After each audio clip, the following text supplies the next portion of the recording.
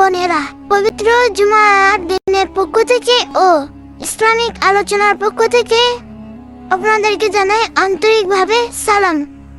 আসসালামু আলাইকুম ওয়া রাহমাতুল্লাহি ওয়া বারাকাতুহু। সাল্লু আলাল হাবিব মুস্তাফা সাল্লাল্লাহু আলাইহি ওয়াসাল্লাম। তো দর্শক, আজকে আমরা যে বিষয়ে আলোচনা করব সেই বিষয়টি হচ্ছে নামাজ না পড়ার ভয়াবহতা, পরিণতি ও শাস্তি। তো দর্শক, বিভিন্ন কিতাবে হুজুর আকরাম সাল্লাল্লাহু আলাইহি ওয়াসাল্লাম ইরশাদ ফরমাইছেন যে নামাজ ছাড়িয়ে দেওয়া মানুষের কুফরের সাথে মিলিয়ে দেওয়া হয়। যে হাদিসটি আরেকবার শুনি।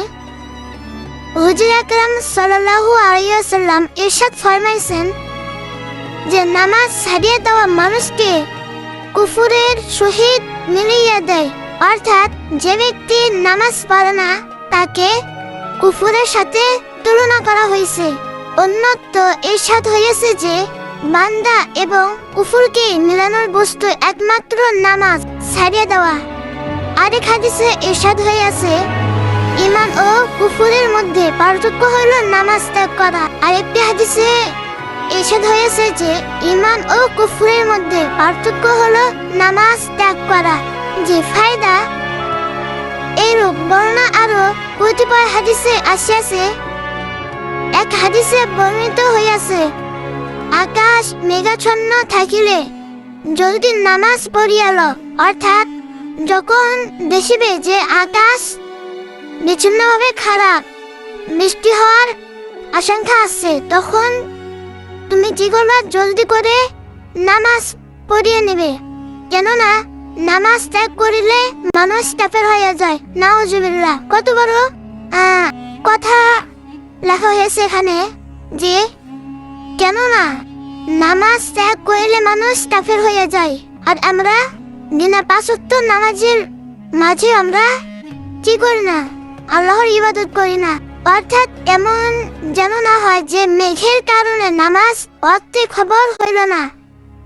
হ্যাঁ, এখানে বলা হয়েছে যে এমনটা যেন না হয় যে মেঘের কারণে আমাদের নামাজ যেন কাজা না হয়, এবং নামাজ যেন কাজা না হয় উহাকে নামাজ ত্যাগ করা বলিয়েছেন। কত বড় কঠিন কথা যে আল্লাহর নবী নামাজ ত্যাগকারীর উপর কুফরের হুকুম লাগাইয়াছেন। যদিও উলামায়ে কেরাম এই হাদিসে নামাজ ত্যাগ করার অর্থ নামাজকে স্বীকার করা বুঝাইছেন, তথাপি হুজুর সাল্লাল্লাহু আলাইহি ওয়াসাল্লামের হাদিসে মর্ম ও গুরুত্ব এত অপরিসীম যে যাহার অন্তরে হুজুর সাল্লাল্লাহু আলাইহি ওয়াসাল্লাম আজমত ও মর্যাদার সামান্যতম অনুভূতিও থাকিবে, সে উহার মূল্য বুঝিতে পারিবে এবং তাহার নিকট ইহা অত্যন্ত মারাত্মক বলিয়া মনে হইবে। ইহা ছাড়া বড় বড় সাহাবায়ে কিরাম যেমন হযরত ওমর, হযরত আব্দুল্লাহ ইবনে মাসউদ, হযরত আব্দুল্লাহ ইবনে আব্বাস রাদিয়াল্লাহু তাআলা আনহু প্রমুখে অভিমত এই যে বিনা ওজরে জানিয়া শুনিয়া নামাজ ত্যাগকারী কাফের।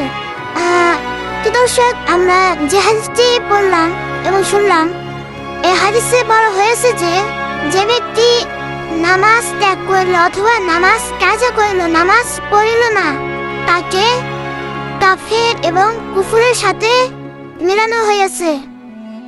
এবং হ্যাঁ, এখানে আরেকটি কথা উল্লেখ করা হয়েছে যে মেঘের কারণে যখন দেখিবেন যে আপনাদের এলাকায় যদি মেঘের অবস্থা অনেক অন্ধকার হয় যে এখন মৌসুমধারী বৃষ্টি হবে, তখন কি করবে? জলদি করে নামাজটি পড়ে নেবে। আর হ্যাঁ, এটা যেন না হয় যে এই মেঘের কারণে নামাজের খবর কেউ পাইল না, অথবা নামাজ ত্যাগ করিল, অথবা নামাজ কাজা হয়ে গেল। তো দর্শক, আমরা চেষ্টা করব ৫ ওয়াক্ত নিয়মিত নামাজ পড়া এবং সাথে নফল নামাজও পড়া, রাত জেগে তাহাজ্জুদ নামাজ পড়া। তো দর্শক, তাহাজ্জুদের কথা নবী করিম সাল্লাল্লাহু আলাইহি ওয়াসাল্লাম বলেছেন যে যদি কোনো ব্যক্তি তাহাজ্জুদে 2 রাকাত নামাজ পড়ে পড়িয়া ওই রবের কাছে চোখের পানি ফেলে কান্না করে নিজের আর্তনাদ উল্লেখ করে বা মনের বাসনা বলে, আল্লাহ তাআলা বলেন সঙ্গে সঙ্গে তার ইচ্ছা এবং তার আশানি পূরণ করে দেয়।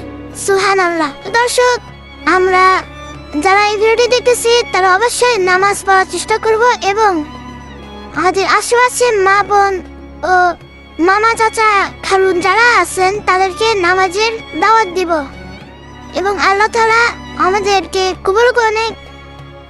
আমিন। এবং এই আমলের উপর চলার তৌফিক দান করুক। আমিন। আসসালামু আলাইকুম ওয়া রাহমাতুল্লাহি ওয়া বারাকাতুহু। সাল্লু আলাল হাবিব মুস্তাফা সাল্লাল্লাহু আলাইহি ওয়াসাল্লাম।